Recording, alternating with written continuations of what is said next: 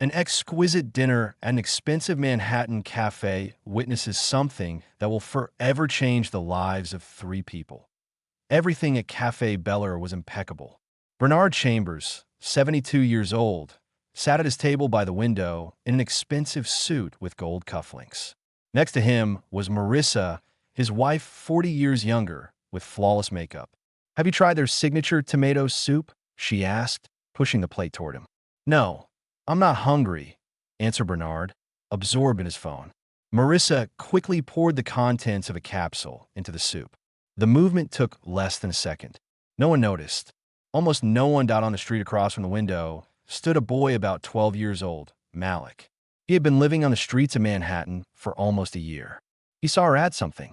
Malik stepped away from the window hesitantly, but something inside became louder than fear. He pushed the door and went inside.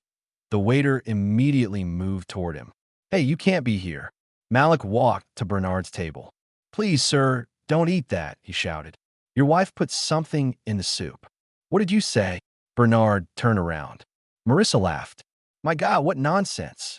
He's some homeless person. I saw it. She poured something into the soup," Malik insisted. "She had a small capsule."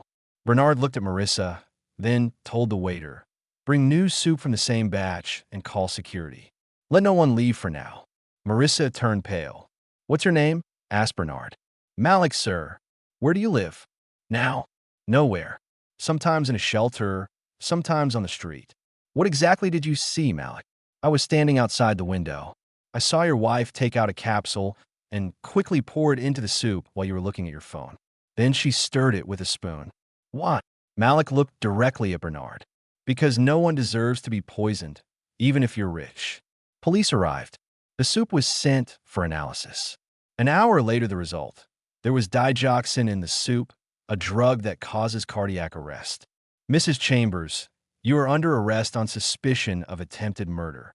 "This is a mistake," she screamed, but she was taken away. After the cafe emptied, Bernard turned to Malik. "Thank you for speaking up. Do you come here often?" "Sometimes." "Bella, you're has good leftovers." "How old are you?" 12. My mother died."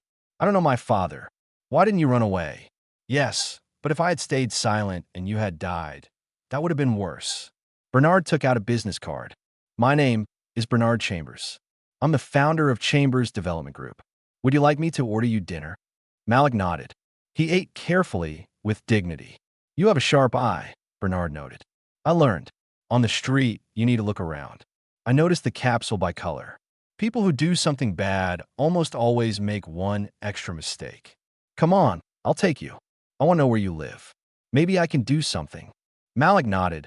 Marissa was charged. Bernard uttered a phrase that spread through the newspapers. "A boy from the street saved me. This speaks not of my vulnerability, but of his strength." A month passed. Malik sat at the table in a new hoodie doing homework. "How's it going with math?" asked Bernard.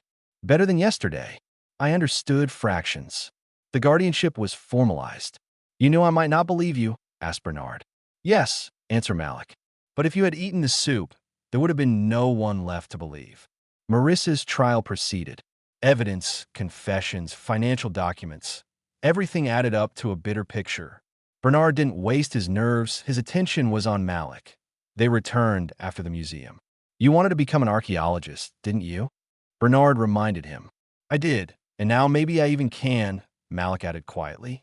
There was hope in his voice. "Remember, you said you wanted a toothbrush and a place to sleep? You have that and more now. Know that you always have a home." Malik hugged him for real, without fear.